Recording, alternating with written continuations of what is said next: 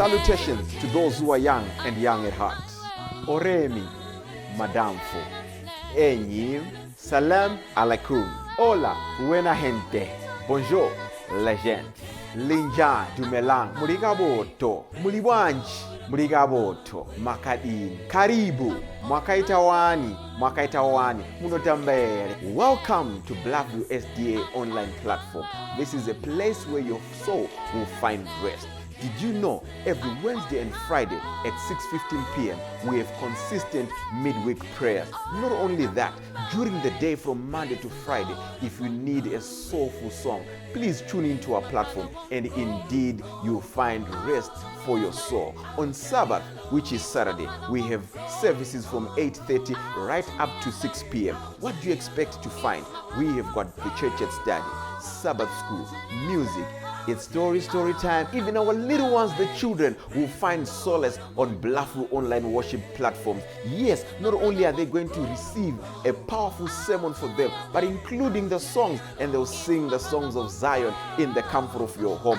Yes, you are waiting for the power hour as we receive the beautiful words, the wonderful words that come from the Word of God. In the afternoon, we have got powerful discussions, not only for the young, but even for the old, as we prepare this journey on this planet Earth before the sundown. Yes, there is a sermon that will usher you into the new week as you listen to God speak to you. What are you waiting for? Tell your friends about it. Don't forget to join us on YouTube and Facebook. Like our page and subscribe to our YouTube channel. God bless you as we meet on Blackview online worship platform. Nobody can stop me. Don't you wanna go? I'm going there. Nobody can stop me.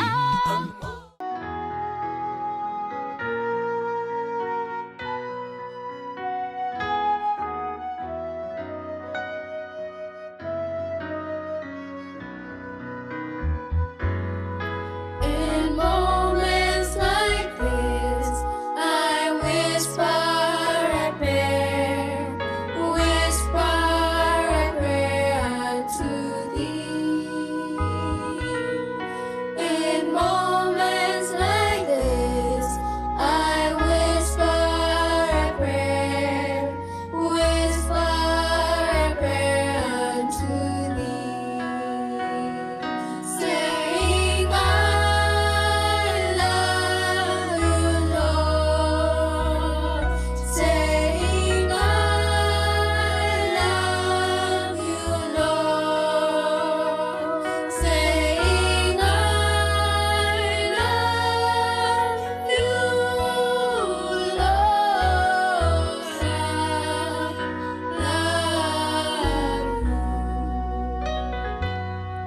in moments like this, I sing out a song unto thee. In moments like this, I sing out a song unto thee, saying, I love you, Lord, saying, I love you, Lord, saying, I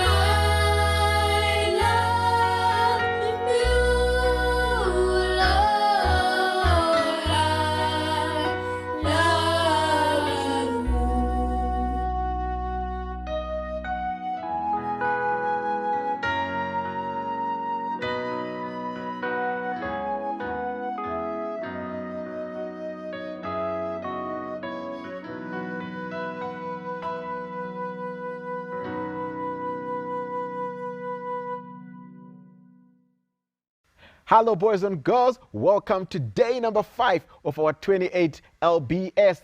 the lockdown Bible school as we study the 28 fundamental beliefs, the ones that tell us who we are in Christ as we await the second advent of our Lord and Savior Jesus Christ. Wow, we continue to remind you that COVID-19 is real and it's actually ravaging the entire globe. So remember to stay at home. If ever you decide to go out, remember to wash your hands, to sanitize, keep social distance, mask up, and tell people not to come within your reach, and be safe above all things. This is what we wish for you in your life, because God wishes above all things that you might be in good health. We are on day number 5, and we are going to talk about the support team as we consider the Holy Spirit. The Holy Spirit. Wow. We are going to be studying about the Holy Spirit today. John chapter 14, verse 26. John chapter 14, verse 26. The Bible says, "But the Helper will teach you everything. He will cause you to remember all the things I told you." This Helper is the Holy Spirit, whom the Father will send in my name. What a powerful promise that God is going to send us the Holy Spirit to help us, to support us in everything that you need. Imagine life without a support system. Wow, it will be difficult because you'll have to navigate all, you have to do everything by yourself. But when you have a helper, you will definitely find your way to do the things that you want to do. Well, now, what is central to this fundamental belief? What are the treasures that we can glean from this fundamental belief? God, the Holy Spirit, who was active with God the Father and the Son in creation of this world, the birth of Jesus Christ, and the writing of the Holy Scriptures, which we call the letter of love, is the one who is willing to guide you and to lead you into all truth, to be able to conscientize you when you are doing things that are not supposed to be done. Well, what is the key thought in this fundamental belief? We want to uncover the purpose and the work of the Holy Spirit in our lives. Wow, Jesus said he will not leave us alone, but he will send us the helper. Therefore, the Holy Spirit becomes the faithful guide. Not only faithful, but he is the guide that we need, because he knows what we need even before we ask of the Father. That's why we pray that the Spirit might be able to guide us in everything. But remember, when we learned about 1 + 1 + 1 = 1, we discovered that God is one, and it is God the Father, God the Son, and God the Holy Spirit. And God the Holy Spirit is working with God to make sure that we have what we desire in our lives. But how do we receive the Holy Spirit? When you read Luke chapter 11 from verse 5 to 13, you discover that we receive the gift of the Holy Spirit when we ask of him. Just that simple. Just ask of the Holy Spirit and he will give you. Remember our Heavenly Father who do for us what we ask, especially when we ask of things that are spiritual. So imagine when you ask the Holy Spirit, he will give it to us. We receive only because we do not ask sometimes. But when we ask of God, God is willing to give us this Spirit. Remember the work of the Holy Spirit in the New Testament, especially in the book that we call the book of the Acts of the Apostles. Some people actually say maybe the book should be called the Acts of the Holy Spirit, because we see the Holy Spirit in action as he is there with the Church of God. But remember, the apostles had to be in one spirit, in one accord, for the Holy Spirit to be poured upon them, so that he could work to help the church to be edified of the things that they ought to do. So, beloved friends, if you want to receive the Holy Spirit, you must be in unity with the people around us. Remember, the Bible also says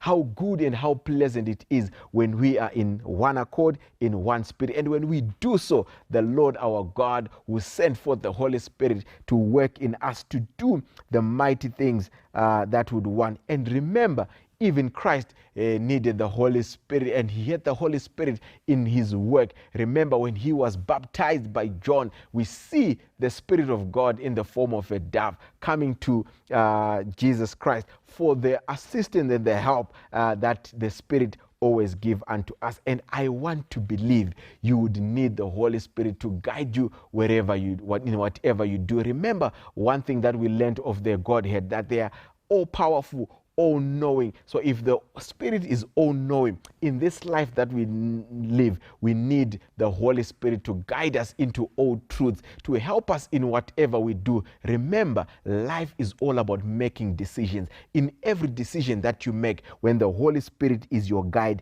you are able to make the best of decisions in whatever we do.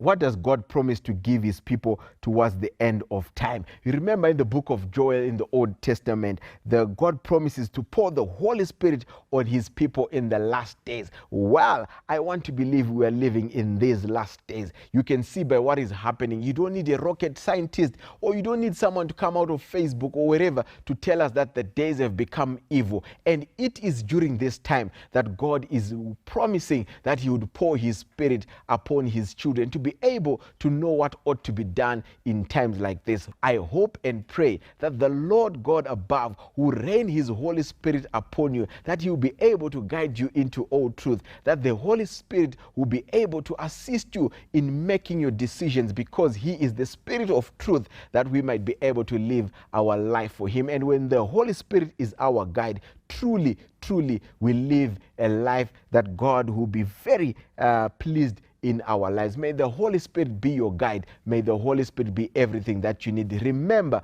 when we ask of the Spirit, our Heavenly Father will give us the gift of the Holy Spirit. So I pray that one of your requests today is that the Holy Spirit might guide you in your life. May God bless you totally and completely, and may the faithful guide, who is the Holy Spirit, who is the pure support system, be your guide wherever you are. God bless you. Let's meet again as we learn more about the beautiful words, the words of God, and how we can live awaiting the second coming of our Lord and Savior Jesus Christ. God bless you, boys and girls.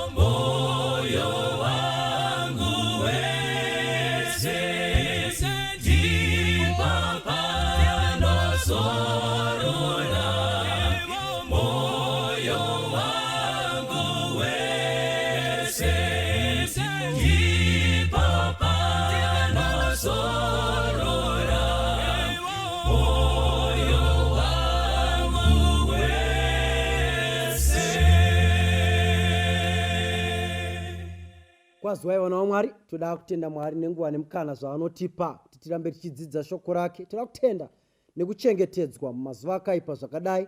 Muramati wedu kuti Mwari aramba achitiitira zvakanaka mukuburikidza nekunzwa shoko rake, nekuramba tichiswedera pedyo nemuchinjwa wake mukusimudzirwa pakutenda. Mwari vachitiitira zvakanaka. Toda kutenda Mwari. Musoro wenyaya unotiwo zvaivepo asi hazvina kushanda. Ndo musoro wenyaya zvaivepo asi hazvina kushanda. Tichadzidza tiri patsamba yaIsaiah chapter 47. Mwari vachitiitira zvakanaka. Tichangoverenga mavhesi mashoma. Mwari vachitiitira zvakanaka upi proceeding nemamwe. Vhesi ya1. Buruka ugare muguruva, iwe mhandara mukunde weBhabhironi. Gara pasi pasina chigaro chovushe, iwe mukunda wavakedhia, nokuti hauchazonzi unovundere novunamango. Tora guyo nehuyo ukuye vupfu. Bvisa chifukidziro chechiso chako, bvisa nguo yako yakareba, fukura gumbo rako, yambuka nzizi. Kusafuka kwako kuchava pachena, kunyadzwa kwako kuchavonekwa, ndichazvitsiva. Vhesi 4.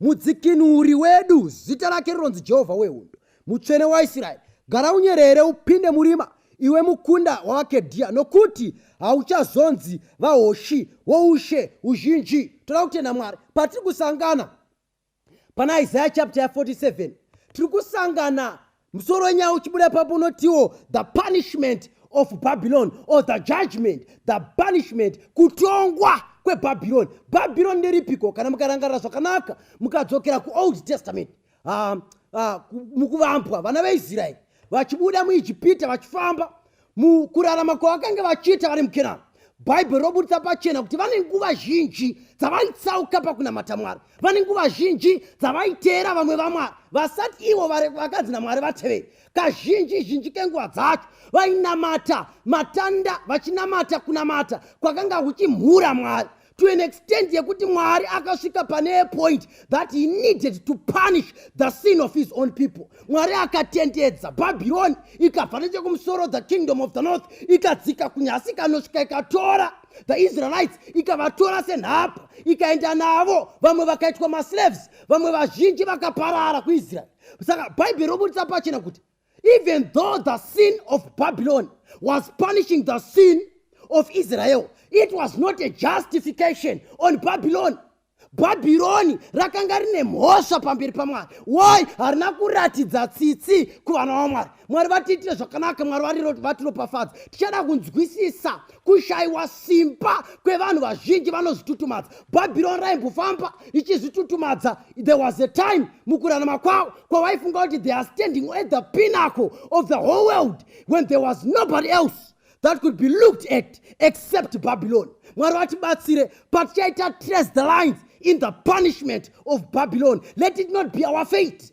Ngakusave kuguma kwedu, mugumo wedu ngawe mugumo unetariro. Kuguma kwedu kusave kuguma kwekusekwa, asi kwe kuguma kwemfaro. Mwari atiitire zvakanaka. Uye utaure nesu rais. Now mukati mebhuku raIsaiah chapter 47, Mwari ari kutaura nerudzi rwakanga rwaita nguva ruchigara nevana vaMwari asi rukasatendeuka.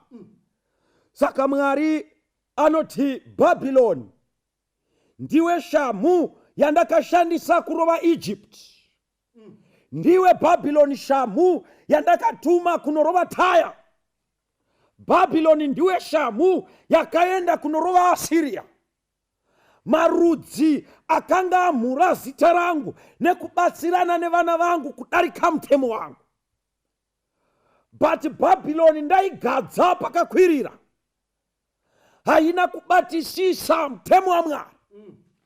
Babylon ndaigadza pakakwirira, haina kukoshesa shoko raMwari. Saka Mwari chavari kutanga kutaura, vari kuti Babylon buruka ugare muguruva. Teerai vana vaMwari, pane vanhu vakakwiridzigwa naMwari mukati meupenyu. Pane nzvimbo, matunhu, nyika dzakakwiridzigwa naMwari. Ndati ndikurangaridzei panguva ino kuti tikararama tisiri kuteerera mutemo waMwari, one day tinogara muguruva. Now Mwari vachitaura prophecy against Babylon. It's a space of almost 100 years a century before Babylon appears on the international stage. Mwari vari kutaura kuitira kupa hope kuvana vavo, kwete kuti vana vavo vafarire kuparadzwa kwevanhu vanoramba nyasha dzaMwari. It is a spirit that is foreign to the government of God, kuti pane maKristu anoselebrata kufa kwevanhu vasingadi Mwari. Tinofana kugwadziwa tikaona vanhu vasakarurama vachifa. Tinofana kugwadziwa tikaona mbavha dzichifira mukati meumbavha. Tinofana kugwadziwa tikaona vanoroya vachifira muuroyi, vane hasha vachifira muhasha. We must be pained. Saka Mwari vanoti vachitaura pamusoro peBhabhiloni on Isaiah chapter 47, pane zvinhu zviviri zviripo. Kukura kwekuwa kweBhabhiloni ndokuya kunotsanangurwa nengirozi inotevera pangirozi nhatu. Yoti rawa Babylon, guta guru. Fallen is Babylon, that great city. Saka Babylon parinowa kuwa kwaro kukuru, but Isaiah ari kubatanidza kuwa kweBhabhiloni ramambo Nebukadneza naBhelshaza nekuwa kwenyika ino apo inenge yabatwa musystem yekusanamata Mwari. So the Bible says on verse 4, mudzikinuri wedu zita rake rinonzi Jehovha wehondo. Terai vana vaMwari, Mwari asati aparadza Babylon ari kutaura neBabylon kuti ndimwari wehondo, but the same God who brings terror to the nations protects his own. Ndimwari wehondo anotyisa kune avo vanoramba nyasha dzake, but anounza protection kuvanhu vanorarama vachimuteerera. He is the Lord of hosts. Now chapter inodescribewo zvakare the sins that provoked God to anger. Pane zvivi zvakaitwa neBhabhiloni zvekuti Mwari vakati havagoni kuramba vakagara, havagoni kuramba vakanyarara, vachasimuka kuti vagwire vana vavo. Now allow me to read verse 6. Ndakanga ndakatsamwira vanhu vangu, ndakamhura nhaka yangu, ndikavaisa mumavoko ako. Iwe hauna kuvanzwira tsitsi, wakaisa joko rako rinorema pamusoro pavatana. Now Babylon, chimwe chezvivi zvayakaita, yakatora vanhu vaMwari vatana ikatanga kuvapa mabasa anorema. It had no respect for the old. Tererai vana vechidiki vakabva kumayunivhesiti, muri kushanda nevanhu vakuru. Mwari achakutongerai the disrespect yamunopa vanhu vakuru pamabasa. Zakana uchiexecuta command ka uri kuexecuta command, but rangarira kuti age inoramba yakasiyana kunyange ukava mukuru pabasa. Ndiri kutaura nevamwe vane mari mumhuri vanoda kumanipulata vanhu because vane simba. Mwari achatongera vanhu kumanipulata vamwe because they were in positions of power. That was the sin of Babylon. The second sin was their pride and carnal security. Listen to verse 7. Zvikanziwe wakati ndichava vahosi nokusingaperi, naizvozvo hauna kufunga zvinhu izvi, hauna kurangarira kuguma kwazvo. Tererai vana vaMwari, it is high time yatinofanira kurangarira magumo. Paridzi chapter 7 pavhesi ya8 yoti kuguma kwechinhu kunopfuura kutanga kwacho. Tererai vana vaMwari, pane vanhu vakatanga asi vachakoniwa kupedza. Chikonzero vakanyanya kurangarira rugare rwanhasi vakakanganwa kugadzirira ramangwana. Pane vanhu vakatanga nyaya dzekunamata zvakanaka vakazorora vava pakati vakakanganwa kurangarira nyaya dzine chekuita nekudzoka kwaJesu. There was pride and carnal security in Babylon. But mubvunzo wangu ndewekuti zvaikonzerwa nei? Ndiani wanga akagara pasi pesystem? Zvikanzi naizvozvo chinzwa chinhu ichi, iwe unongorangarira zvinofadza, ugere zvakasimba, unoti mumwoyo mako ndini ndoga, hakuna mumwe kunze kwangu. Babylon yakasvika paextend yekuzvifananidza naMwari. Mukati meBabylon vanhu vanga vakuda kutonamatwa kunge ndivo Mwari. The title yekuti I am and there is none besides me. It is the title inobhilonga kuna Mwari, inoshowa simba rake, inoshowa kuti ndiye muridzi wezvinhu zvose, inoshowa kuti hakuna chinorarama iye asipo. Babylon yakasvika paextend yekuzviita kunge ndiyo inoraramisa munhu wese panyika. Such was the attitude of the Chaldeans. Now, they had self-confidence and contempt of God. Vanoti tisu hakuna mumwe, zvikanzi naMwari. Asi zvinhu izvi zviviri zvichakuwira nechinguva chiduku. Nezuva rimwe chete kufirwa navana nouchirikadzi. Zvichakuwira nechiyero chizere pakati poun'anga hwako uzhinji novuroyi hwako hwakawanda. Dambudziko reBhabhiloni nerekuti maticha avo dzanga dziri n'anga, maheadmaster vari varoyi. No problem yeBhabhiloni. Saka vaiti hatife takaita chirikadzi. Teerai vana vaMwari, there is a temptation mukati meupenyu hwevanhu kuti pamazuva avo orugare vanokanganwa, havarangariri kuti rugare runogona kupera, havarangariri kuti nhamo inogona kusvika kumba kwavo. There is a temptation. Vamwe vanenge vachitoti Mwari haoni. Teerai vana vaMwari, Mwari akasiyana nemunhu. Hapana patinoinda patinogona kuvanda kuna Mwari mukati mechitema. Saka Mwari ari kuti uchirikadzi nokufa kwako kwemadangwe zvichaunzwa zvakazara. Teerai vana vaMwari, the same God anoshowa rudo pakuregerera zvivi zvevanhu vanotendeuka anogona zvakare kushowa strictness in bringing judgment pamusoro pevanhu varamba nyasha dzake. Saka Mwari ari kuti pandinouya nemezha iyi handiuye nayo iri yevanhu munogona kuvabraiba mukavapa corruption, handiuye nayo iri yemaloya munogona kuvatenga vakapevheta judgment. Ndichauya ndirini pauzima. Teerai vana vaMwari, nyaya dzedu hadzizotongwi mumakoti epasi pano.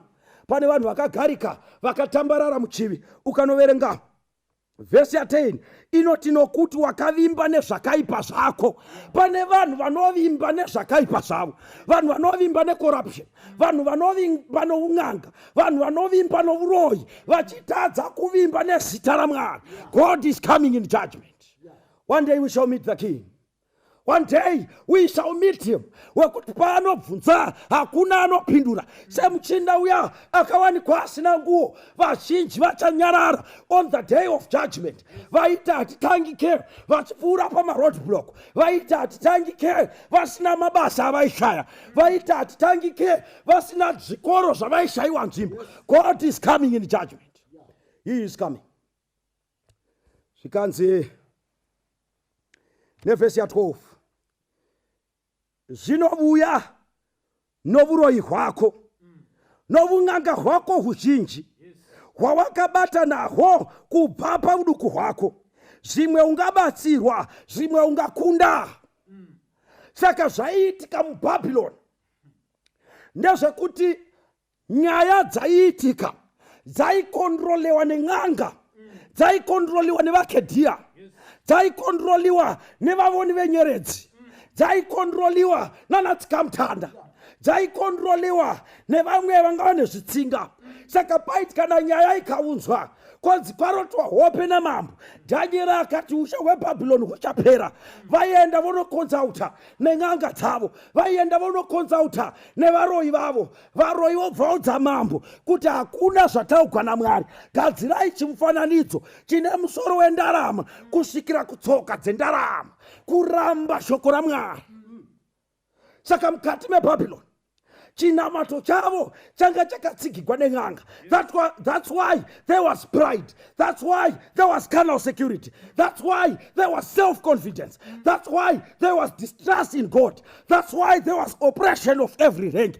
Chikonzero vaivimba nen'anga. Religion yen'anga ireligion yekutsiva. Religion yen'anga ireligion yeutsinye. Religion yen'anga ndeyekuramba zvinotaurwa naMwari. Now chatinoziva mukati meshoko raMwari ndechekuti zvose zvinotembwa nenyika mumazuva ano zvaitomboripo zvemhando yepamusoro pamazuva eBhabhironi. Patinoziva mashoko ekudanidzira kwemutumwa wechipiri anongodanidzira achiti fallen is Babylon. Kudonha kwarakaita rakadonha zvose izvo zviripo. Saka nekuwapo kwazvo hazvina kushanda kusustaina Babylon to eternity. Babylon rakadonha rikawa. Chii chatiri kutaura vana vaMwari? Zviripo zvizhinji zviri kusevenzeswa mukati menguva yanhasi. Babylon yaitori nevaroyi vemhando yepamusoro, yaitori nen'anga dzemhando yepamusoro, but hatina kushanda. Mukacherechedza mambo vanoti varota chiroto, vanodaidzwa n'anga, vanodaidzwa vaprofita, vanodaidzwa vaprofesa, asi pakati pavo hapana akagona kududzira wopedza mambo, hasina kushanda. Mukati menguva yanhasi varipo vari kutera system imwe chete yekusiya shoko raMwari. Kana varanda vaMwari Daniel neshamwari dzake vakagona kurapanura zvakavanzika zvemuBhabhironi zvakakundikanwa nen'anga nevaprofita, kureva kuti mukati menguva yanhasi vanomirira Mwari vane chokwadi chisingazikamwi nenyika yose. Zvese zvawaifunga, nziyo dzenyasha vakaimba, hatina kushanda. Vanocheka nyora vakacheka, hasina kushanda. Vezvikwambo nezvitokoro zvivaivapo, hasina kushanda. Kana zvisina kushanda kare, hazvishandi venarasi.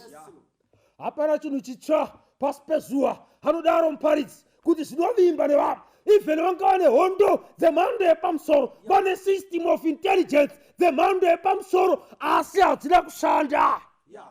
Maprofesa haigona kuanalyza, vese vaita zvose asi hazina kushanda. Mukati menguva yanhasi hatizendai pajere dzedu. Vanovimba naJehovha ndivo vachamira, zvose nemari dzavo zhinji negoridhe rose reBhabhironi, asi hazvina kushanda. Mukati menguva yanhasi haigona kutiudza semari yako, haina kushanda kuBhabhironi. Kana isina kushanda kuBhabhironi haishandi even nanhasi. Chinoshanda kutenda nekuimba naMwari ndozvichaita kuti vanhu vaende kudenga. Kuna achabhadhara kuti aende kudenga, hakuna achatenga ruponeso kuti aende kudenga. Chinoshanda kunyura mukati metsoka dzaMwari. Nerimwe ndiramazuva Belshaza anoita mutambo. Pamutambo waBelshaza anoti, unzai mudziyo yaMwari uya weJerusarema. Ndimwari upi? Ndimwari akamirira vana Daniel paUniversity of Babylon. Ndimwari akadudzira hope pana Daniel chapter 2. Ndimwari akamira nevakomana mukati megomba remoto. Ndimwari akanofurisa Nebukadnezar sora. Terai vana vaMwari, Nebukadnezar mambo weBhabhironi akafura sora n'anga dziripo. King of the nation. Kufura sora bati n'anga dzaivapo. Terai vana vaMwari, pane vanovimba nechin'anga, vanovimba nemadumwa, vanovimba nemadivisi, vanovimba nenyoka dziri muzviuno. Tererai, nhasi ndokuudzai, Nebukadnezar wakafura sora akahaya krimu yen'anga muBhabhironi. Zvaivapo, but hazvina kushanda. Saka Belshaza aita mutambo. Kwakavonekwa chanza changa chisina muviri chakangonyora mene tekera ufasin. Your days are numbered and your kingdom is divided between the Medes and the Persians. Terai vana vaMwari, there is coming a day yakafanana neyakaitika muBhabhironi, yekuti n'anga hadzina kuona kuchekwa kwegwizi Tigris ruchidhaivetwa kuti maMedian Persian armies apinde. N'anga dzaivapo, but guta rakatogwa. Ende tererai vana vaMwari, pane vanhu vanoenda kuchechi vasingaende kun'anga, but vanobhilivha muvhangeri rechin'anga. Ndibatei zvakanaka. Pane vanhu vanobhilivha muzvinhu zviri material, vanobhilivha muzvinhu zvinobatika. N'anga dzemuBhabhironi dzaiudza vanhu kuti takavaka guta tikaisa masvingo, saka hakuna anopinda. N'anga dzemuBhabhironi dzaiparidza mharidzo, dzaisenda pazvinhu zvepanyika dzichikangamwisa vanhu kudzoka kwaJesu kechipiri. Kwambozvibvunza here kuti sei achingotaura zvemari? sei achingotaura zvedzimba dzepanyika, sei achingotaura zvemarriage, sei anoda zvinhu zvepano zvisingaende into the year after. Hausati wambomunzwa achiti Jesu anodzoka, hausati wambomunzwa achiti siyanai noupombwe, musatora varume vevanhu, musarara nevana vevanhu musina kuchata, hausati wambomunzwa achitaura kuti siyai corruption, anotokupa kundiso yekunodarika bhodha usina kubhadhara juti. Havadi mharidzo dzinogadzira character, havadi mharidzo dzinoswededza vanhu pedo naJesu. Chavanotsvaka kuti vanhu vaende kure naJesu nekuvakangamisa nyaya yakakosha. Jesus is coming again. unoziva pandada pamusoro munyori ari kutiye ndimwari vari kutaura vari kutivo you have lived carelessly, wakararama upenyu usiri hanya. Mukuita kwako you lived as if you are living an eternal life. Kune vanhu vazhinji vari kurarama pasi pezuva vasina basa neremangwana. Even kamushandisiro kavanoita miviri yavo vanoshandisa sezvinonzi hazvina ndava, kamunwiro kavanoita, kamudyiro kavanoita, kamutambiro kavanoita, mafaro enyika ino kanobudisa pachena kuti ramangwana vane nharo nharo. Inzwai vana vaMwari, there is coming a day when the Lord of the heavens shall declare rushambwa panyika kubvara kudenga. Mwari anozviona zvose zvinoitwa pasi pezuva. God sees neziso risingabwairi.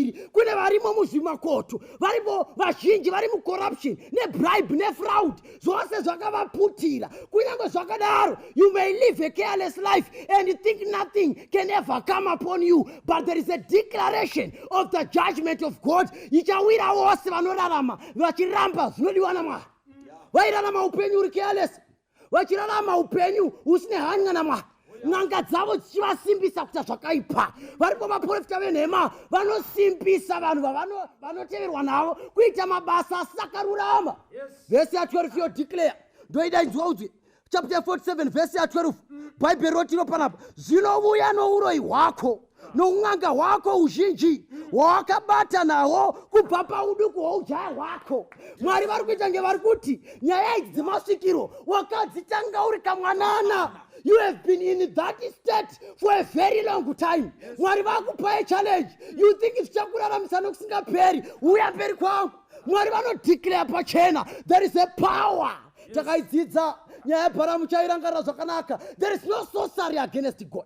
There is no enchantment. Hakuna un'anga kune vanhu vanovimba naMwari. This is a challenge to those who call themselves Christians.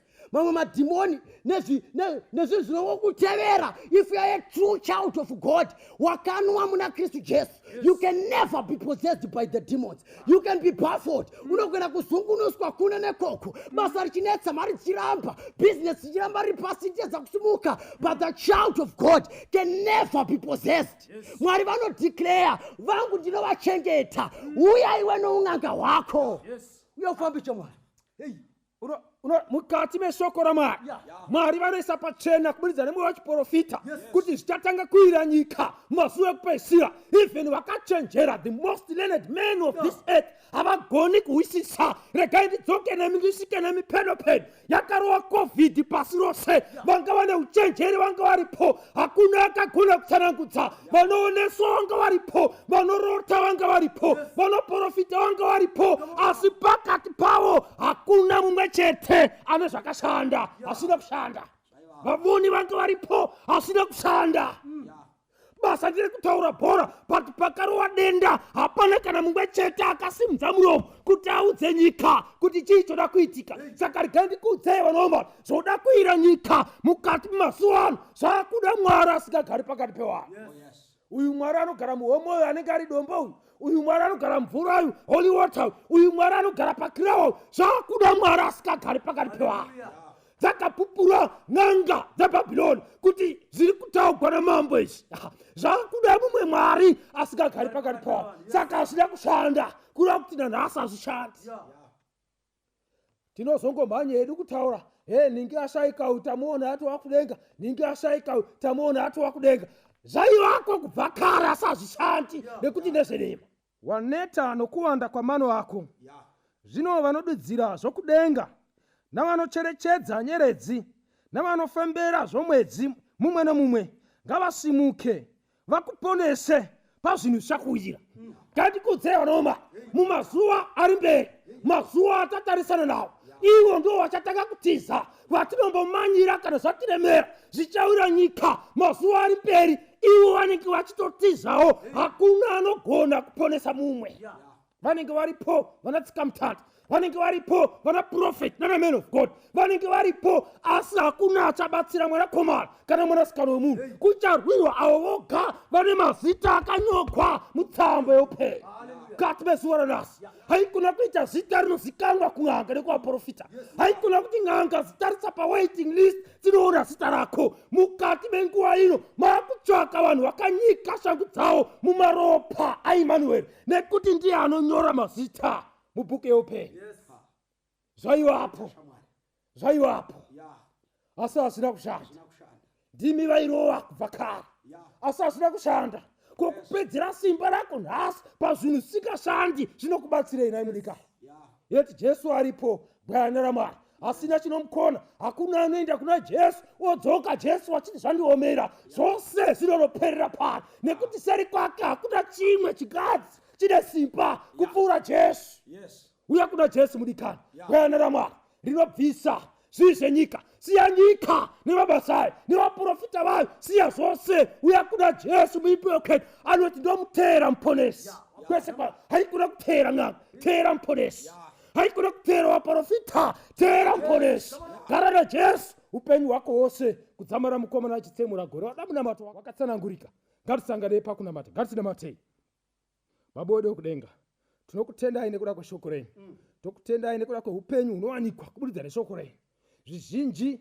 zvinoitwa nevanhu mukati menguva yanhasi zvaingoitwa kubva munguva dzekare asi hazvina kubatsira kunyange nemunhu mumwe chete mukati mezuva ranhasi mafamilies mamwe chete azere pakati pedu vamwe ndo atiri kuteedza asi maisa pachena kuti hazvishandi tipewo simba titeedze zvepamuchinjikwa zvakashanda Jesu makakunda wakaipa kudenga zvikashanda mukamukunda pamuchinjikwa zvikasevenza nezuva ririmuko mukamukunda zvikasevenza zvenyu Jesu ndo zvinosevenza batsirai vana venyu kuti vauye kwamuri nekuti kwamuri moga ndo kune zvinosevenza ndo kune zvine maresults ndo kune zvinogara nekusingaperi kundokumbira kwedu tichipota nezita raJesu amen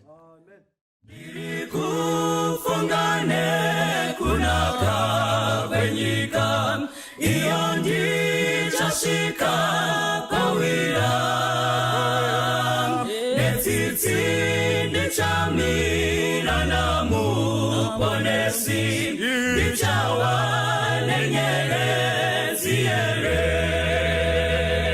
ndichawa nenyerezi here chiremba mumane ruzuwa rawira